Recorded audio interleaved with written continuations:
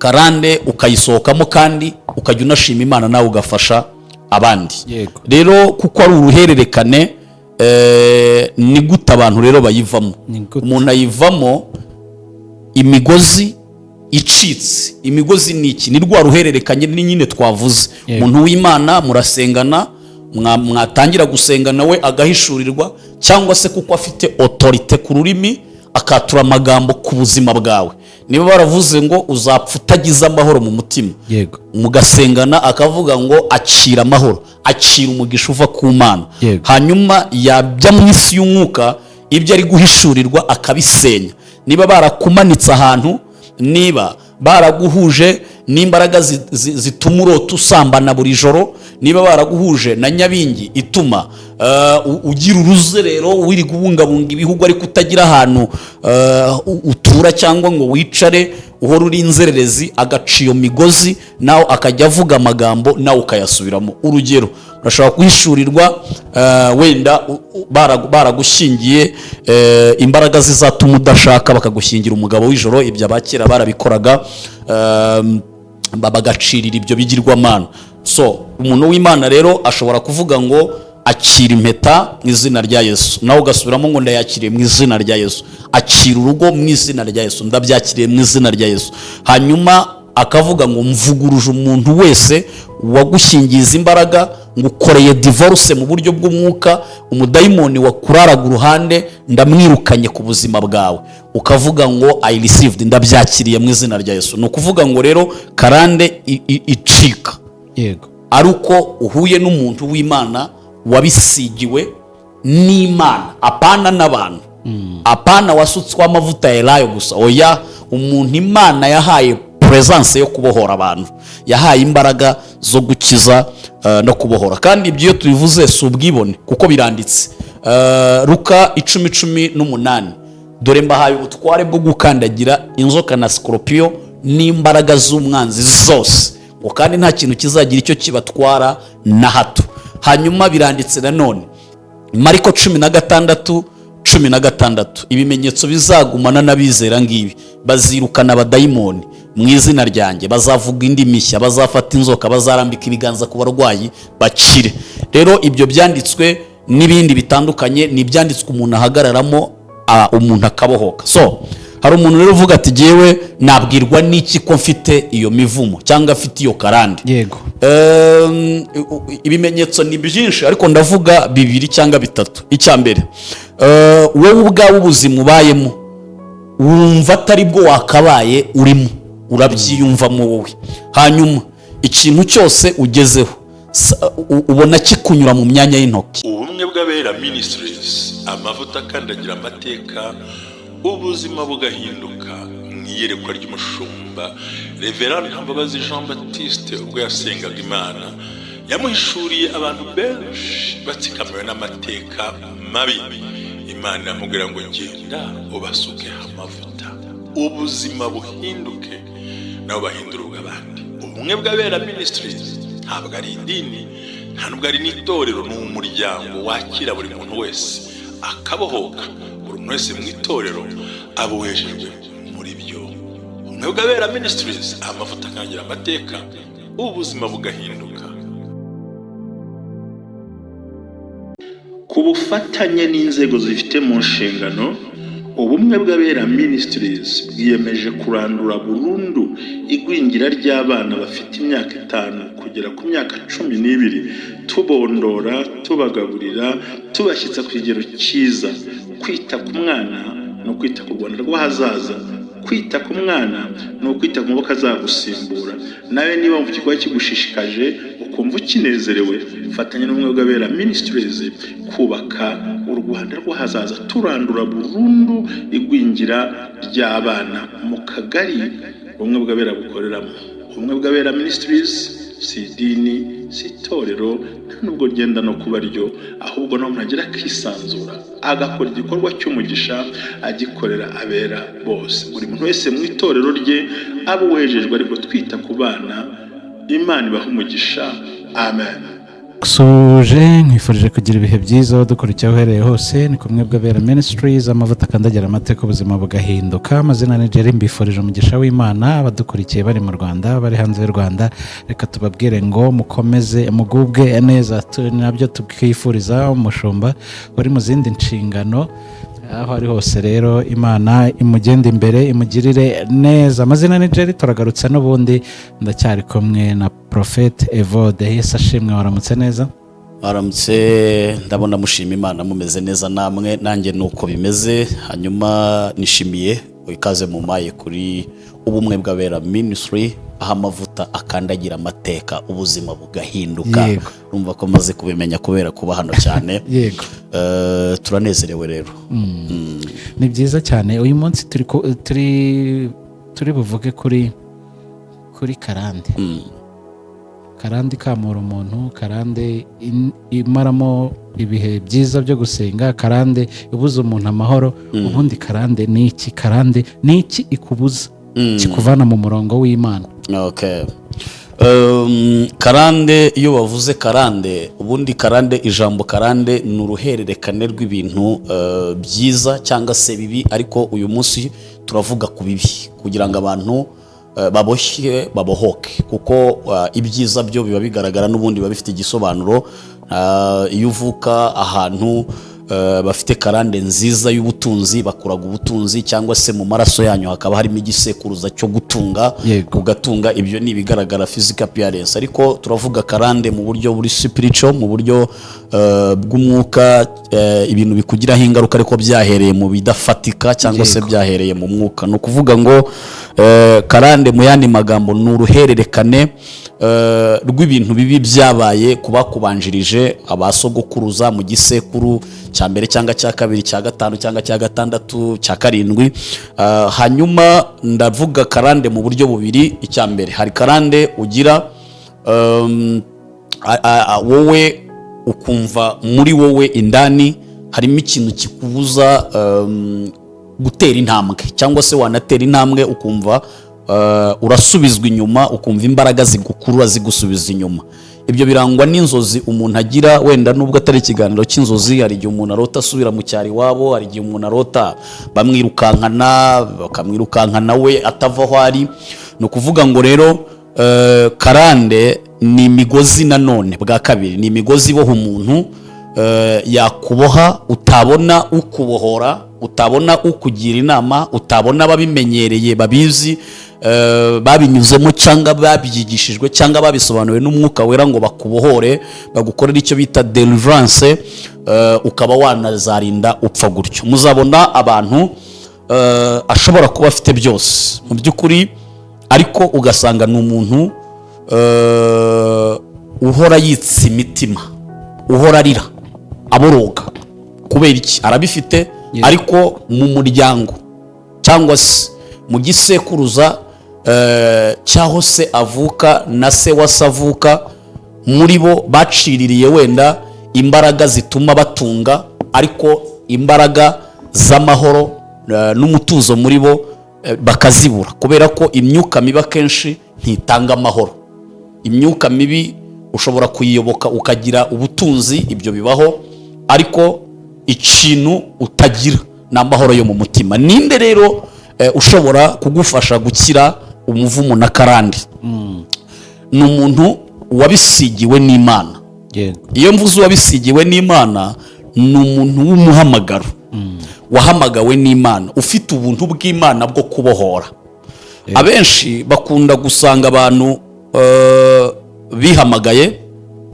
narabisobanuye ubushizi wawe cyangwa bahamagawe n'imiryango basunikiwemo n'imiryango yamubona kuko yitwa pastor akumva nyine afite izo mbaraga zo kubohora ariko mu by'ukuri afite title ariko ubuntu bw'Imana bubohora nta bumurimo bene abo bantu bagira ibirango wenda nubwo ntari hano ngo mishura ibyo ariko nshobora kuvuga kimwe urabona ingunguru irimo ubusa uyimanuye ku musozi yavuza induru abantu bose bagahurura kandi nta kintu kirimo komuteri ariko ingunguru yuzuye amavuta ushobora kuyitongora ku musozi ari nijoro ntihagire n'umuntu n'umwe ubyuka akabyuka ari uko hari ikihitanye gusa ni ukuvuga ngo hari umuntu wahamagawe rero ndamugereranya na ya ngunguru irimo amavuta yuzuye imbaraga zishobora kubohora umuntu muri karande.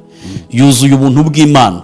Hanyuma ingunguru irimo ubusa ndayigereranya na wa wundi wabonye mukuru wafite itorero akavuga ngo reka nkuyirikiremo hano. Akabona mwene wabo arashumbye ati nyabuna inzara iranyishe shyiramo hariya nanjye ndebe ko nakwiberaho. Bibiliya avuga ngo bene ab'Imana yabo ninda. Hanyuma uwo muntu rero ushaka kumusanga karande yawe ikaguma ikwiri, mwanasengana ntugire icyo wumva muri wowe. Wa muntu rero w'Imana wahamagawe wabisigiwe afite kugufasha gusohoka muri karande ukayisohokamo kandi ukajya unashima Imana nawe ugafasha abandi. Rero kuko ari uruhererekane ni gute abantu rero bayivamo. Umuntu ayivamo imigozi icitse. Imigozi ni iki? Ni rwa ruhererekanye ni nyine twavuze. Umuntu w'Imana murasengana, mwatangira gusengana we agahishurirwa, cyangwa se kuko afite autorite ku rurimi akatura amagambo ku buzima bwawe. Niba baravuze ngo uzapfa utagize amahoro mu mutima, mugasengana akavuga ngo acira amahoro, acira umugisha uva ku Mana. Hanyuma yabya mu isi y'umwuka ibyo ari guhishurirwa akabisenya. Niba barakumanitse ahantu, niba baraguhuje n'imbaraga zituma urota usambana buri joro, niba baraguhuje na nyabingi ituma ugira uruzerero wiri kubungabunga ibihugu ariko utagira ahantu utura cyangwa ngo wicare uhora uri inzererezi, agaciyo migozi nawe akajya avuga amagambo nawe ukayasubiramo. Urugero, urashobora kuhishurirwa wenda baragushingiye imbaraga zizatuma udashaka bakagushingira umugabo w'ijoro. Ibyo abakera barabikoraga, bagacirira ibyo bigirwamana. So umuntu w'Imana rero ashobora kuvuga ngo acira impeta mu izina rya Yesu, nawe ugasubiramo ngo ndayakiriye mu izina rya Yesu. Acira urugo mu izina rya Yesu, ndabyakiriye mu izina rya Yesu.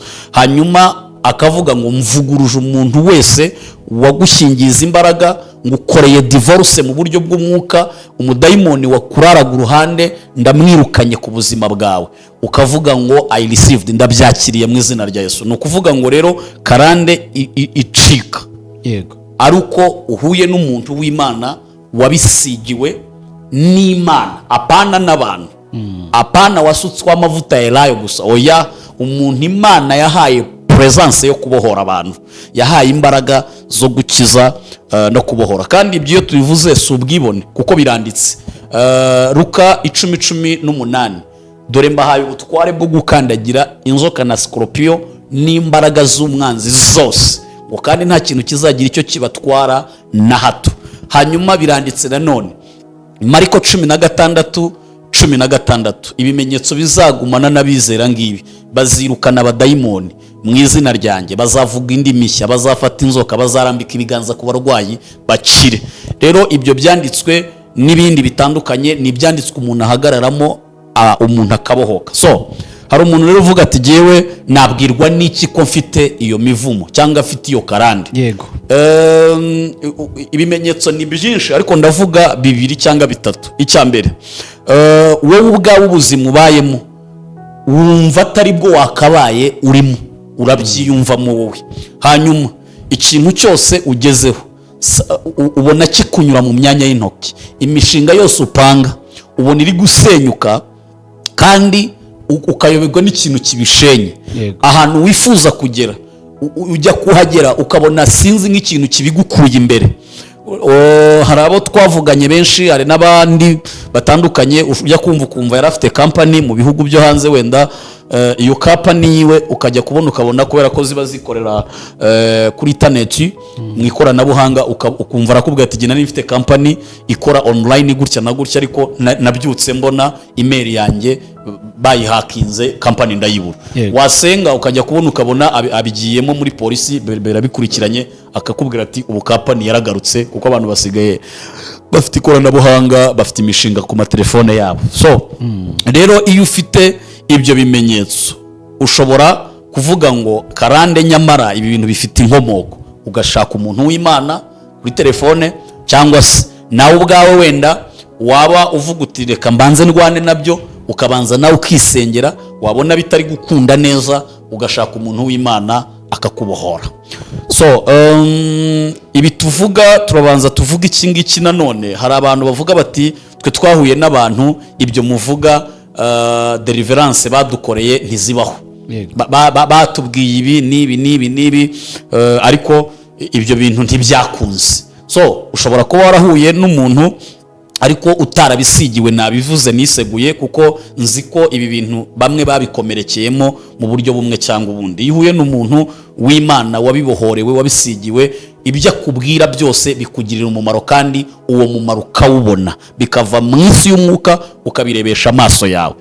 Urundi rugero umuntu ashobora kuba agize imyaka 35 akagira ngo ni ibisanzwe. Ntabwo ari ibisanzwe kuko impamvu bidasanzwe uwa 21 abahungu barimo baramwirukankaho barenga 10 cyangwa 20 wowe nta numwe nuje ujya kubona ukabona akuyeho telefone cyangwa arakwiyamye ntacyo mwapfuye utanamututse. Mukuri ugomba guhita umenya ko imbere yawe hagati yawe na fiance wawe hagati yawe n'umugabo muzashakana harimo undi mugabo bagushyizeho maske ituma umuntu kugeza imbere atangira kujya kuvuga icyo yakavuze akumva hari umwuka umubuza kubera ko wamaze gufatwa n'undi mugabo utagaragara. Kandi ibintu biri mu isi y'umwuka birakora cyane, birirukanka cyane. Rero iyo migozi ya karande mu buryo butandukanye icikiye ku muntu w'Imana wabiherewe ububasha n'Imana ufite amavuta yo kubohora. Rero umuntu ashobora kuvuga ngo ese niki kizaranga uwo muntu w'Imana kuko icyo kibazo abantu barakibaza. Uwo muntu w'Imana icyambere Bibiliya iravuga ngo muzabamenyera ku mbuto zabo. Ahanini abantu benshi bakunda bababeshya kuruta ko bakunda bababwiza ukuri. Abantu bavugisha ukuri akenshi abantu bakunda kubahunga, ahubwo ugasanga abantu babeshya abantu babasanze kuko abantu bakunda ikinyoma kurenza ukuri. Kubera ko ukuri kugenda by step ariko ikinyoma kiravuduka cyane. Ikinyoma dushobora kuvuga ngo kigenda muri ascenseur kirukanka etage ya 30 kikageramo mu masegonda ngahe, ariko ukuri kuzamuka gake kuri escalier. Hanyuma uyu muntu w'Imana icya kabiri kizamuranga ni musengana muri wowe uzumva ubohotse, uzumva wakiriye amahoro, uzumva hari ibintu bibaye muri wowe indani, wumve urasa n'umuntu uruhutse kuko umuntu urimo Imana abarimo ubuntu bwo kubohora abandi, abarimo imbaraga zituma muvugana wowe ibimusohokamo bikakugirira umumaro. Niyo mpamvu Paulo yaravuze ngo ni mubabibemo iby'umwuka, ni bababibemo iby'umwuka namwe mubahe iby'umubiri kuko bafite iby'umwuka namwe mufite iby'umubiri. Kenshi nyine ibi byanditswe abantu barabirwanya kuko iyo umuntu abivuze bumva ari escroquerie bakumva ni ibindi, ariko ibintu by'Imana ni amahame. Ukeneye kubohoka hari icyo bikugomba. Ukeneye kubohoka kuko niba umupfumu baramuhaye inka cyangwa bakamuha ihene y'ibara rimwe cyangwa bakamuha inkoko cyangwa bakamuha ikintu runaka, why not utafata ituro ngo uvuguruze nawe wowe ubwawe riguturutsemo, uvuguruze wati nanjye ndavuguruza icyo bantanze icyo ari cyo cyose, nanjye mu Mana ndishinganishije nditandukanye ndavuguruza ibyo bavugiye ku byo batanze. Akenshi rero abantu benshi baraboshye, bari mu makorari baboshye, barayoboye ariko baraboshye, barashatse ariko baraboshye, baragenda mu mihanda ariko baraboshye kubera kwinangira. Rero umuntu w'Imana ubohora arangwa n'ibyo bintu bibiri. Iyo musenganyura urabyumva, iyo muvugana wumva connection kandi wumva kuruhuka muri wowe kuko Imana ntikora hazaza nako kanyirakora. Kuri karande rero twayivugaho ibintu byinshi bitandukanye, ariko kubera ko tutarabashyitsi hano tunakomeje urugendo kandi ku bumwe bw'Abera Ministry basobanukiwe karande cyane kuko Reverend ni umuntu wigisha neza cyane, ni umuntu ubisobanukiwe unakuze unabimazemo igihe kandi ushobora no gufasha abantu bo kuri ministry yiwe ayoboye. Hari ikindi ushobora kuvuga kuri karande. Hari umuntu uvuga ati jewe wenda mfite titre ihambaye sinumva ko karande yanshobora, ariko mu by'ukuri turababona benshi usanga no gufura ishati byaramunaniye kuko kwa sekuru hari karande y'umwanda. Burya karande si n'ibintu biremereye gusa, n'umwanda burya ni karande mbi kuko abadayimoni burya nta suku bagira. ntabwo bagira isuku, ibyabo nakavuyo mu yandi magambo. Hanyuma ugasanga umuntu afite title ariko hari ikintu cyamunaniye, icyo kintu cyamunaniye kandi akumva ko nyine we kubera uwo ari we nta wundi muntu wamufasha. Oya, siko bimeze, kuko umugaba mukuru w'igisirikare witwa nimba ari Namani ahari, yari afite ibibembe ariko yari general, yari ayoboye ariko afite ibibembe aninda amashyira, ariko umuntu wamurangiye inzira ni umukozi we wo mu rugo, umuntu watumye akira ni umuhanuzi uri aho ngaho, umuhanuzi w'Imana, umuntu uri mu mwuka w'Imana. Ni ukuvuga ngo rero karande ntitinya, niho naganaga, ntitinya titire, ntitinya ukomeye, ntitinya n'ufite amafaranga ashobora kuyagira, afite iyo karande nziza y'amafaranga ariko akagira indi karande yo kudashaka. Uzababona benshi yicaye mu modoka nziza, ni umukobwa mwiza, ntacyo abuze, ni na mwiza pe, ariko akakubwira ngo pastor ni ukuri 40 ubu ndayigejeje, ariko kubera uwo ari we naho akora n'icyo ari cyo ntafite gupfukama imbere y'Imana ngo yinginge Imana. Uzasaza gutyo nyine, kuko nibyo wa neglige. Kandi ibintu byose nibutsa abantu ko tubibona mu mubiri byahereye mu isi y'umwuka, bibanza kuremerwa mu isi y'umwuka. Mbere yuko dushaka twabanje kurema ingo n'akanwa, kwambara impeta Imana irabivuga ariko turabohoza. Hari umuntu ushaka kuvuga ngo navuganye n'Imana, ngo ndi muri Kristo Yesu, ngo ibya kera birashize, ngo nta karande rero nta mivumo. Oya, banza umenye ibyarangiye ni ibiki. Harangiye kuba umushyitsi ku masezerano, ntukiri umushyitsi ku masezerano, ariko amasezerano yayo, isezerano rya mbere utakiriho umushyitsi ni ubugingo, icya kabiri ni uko utakitwa ikintu ahubwo uri ubwoko bw'Imana. Bibiliya iravuga ngo yazanwe no gutarura icyari cyarazimiye, ntabwo ari uwari warazimiye. Iyo bavuze ngo icyari cyarazimiye, twari ibintu, twari nk'ikintu, sinabisobanura uko biri neza kuko ndi kuri kamera, ariko twari ikintu, twafatwaga nkaho tutari abantu mu yandi magambo. Yesu rero yazanwe no gutarura icyari cyarazimiye, ni ukuvuga ngo biravuze ngo aho ngaho wabaye ubwoko bw'Imana, ntukiri umushyitsi ku Mana, ntukiri umushyitsi imbere ya Kristo, ntufite kwisobanura kuko Kristo arakuzi. Ariko noneho dore ibitararangiye, ni urugendo rwawe rw'imibereho yo muri ubu buzima ugomba gusingira, ariyo ya ntambwe imwe Imana idusaba, itera 99, ariko twebwe dusabwa imwe ni iyi rero, niyo kumenya kuboshya. Hanyuma Imana yashyizeho abagomba kugufasha mu kubohoka. Niba yarabashyizeho rero, nudatera intambwe ngo bagane, nudatera intambwe ngo bahamagare, uzakomeza ubohwe, ariko uzabona ubugingo gupfa ukennye ntacyo bitwaye Imana. Wabonye ubugingo bw'iteka ryose, kuba wazataha ijuru ariko utarigeze ubyara umwana ku isi, ibyo biroroshye ku Mana. Na Eliya nta mugore nta mwana, ariko yakoreshwaga n'Imana. Nutagira uruhare rero rwo gutera ya ntambwe imwe ngo usohoke muri cya kintu cyakubasha ufashijwemo n'abantu b'Imana, bizakugora. Nabaha ingero nyinshi no mu Rwanda, ariko sinabavuga, usanga bigoye ko azanashaka kubera ukuntu akimeze. Nawe agira akavuga ati ariko ndabura iki? Nta kindi ababura, ni ugusanga abantu b'Imana. Niba kandi usanze umuntu w'Imana mugasengana igihe ukabona ntibihinduka, gira uruhare rwo gushakisha n'abandi. Ntabwo ibintu bibonekera hamwe honyine gusa, ushobora gushaka n'undi mu gihe, ariko ubiha igihe ukabiha umwanya, kuko kugeza kuri izi saha hari amakarande menshi twabonye acika. Umuntu ashobora kuvuga ati se niba ngewe nemereye kugera ahera, nanone umwenda warahera ko watabutsemo nkigererayo, nkaba nigererayo, ndashaka undi wo kugira gute kandi nigererayo. Okay, nibyo watabutsemo, ikintu wemerewe ndakikubwira, n'icyo utakora ndakikubwira. Umwenda watabutsemo kugira ngo buri wese yemererwe kugera imbere y'Imana, abwira Imana agahinda ke imwumve. Ariko wibuke ko abantu bose babwira Imana, ariko kumva Imana ni ikindi. Wowe wayibwiye kuyumva, wayibwiye, ariko se nigusubiza are you ready ko uzi gutandukanya ijwi ry'Imana n'ijwi ryawe mu mutima n'ijwi rya Satani? Nayo majwi akorera mu muntu, ijwi ryawe, iry'Imana n'irya Satani. Ayo majwi atatu rero, utari umunyamuhamagaro, utari umuhanuzi, utarabisigiwe, biragoye gutandukanya ayo majwi atatu.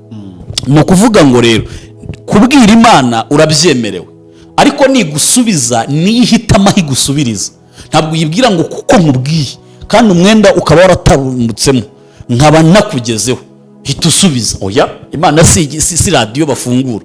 Ushobora kuyibwirira hano ikagusubiriza muri Amerika, ushobora kuyibwirira muri Amerika ikagusubiriza ku bumwe bw'abera ministry, ushobora kuyibwirira muri Jeri ikagusubiriza muri Reverend Mushumba wacu Ntambabazi, ushobora kuyibwirira Nyabugogo ikagusubiriza mu muntu uri Cyangugu. Sinzi niba abantu babyumvise. No kuvuga ngo rero watabutseho, ariko hari abantu bahawe ububasha n'Imana, batojwe n'Imana, yaganirije, yagize ibikoresho byayo, yagize nk'amatiyo, nk'itiyo zigemura ibyayo. Abo rero niho Imana igusubiriza. Ngo wemerewe kugera aho hera ukabwira Imana, ariko nigusubiza biraza kugucanga. Ishaka kugusubiza yanabikora, ariko noneho muri we hararwaniramo amajwi atatu. Turi bumenye Imana ivuze ngo iki, ni Imana ivuze cyangwa ni Satani. Ko Satani ajya yihindura marayika w'umucyo. Ari nayo mpamvu abantu benshi nyine tuvuga ngo abantu b'Imana niba warafatishije umuntu w'Imana birakwiriye kumukomeza kandi ukamwitaho. Yego, ndumva bisobanutse rwose. Reka ngushimire cyane kuri izi mpuguro zo kuri Karande utubwiye. Dushimire n'abantu bose bari badukurikiye. Yego, ariko bajye no kuri channel yawe bagusapotinge, harya ngo yitwa Pastor Evode TV. Yego, ndagushimiye cyane. Murakoze cyane.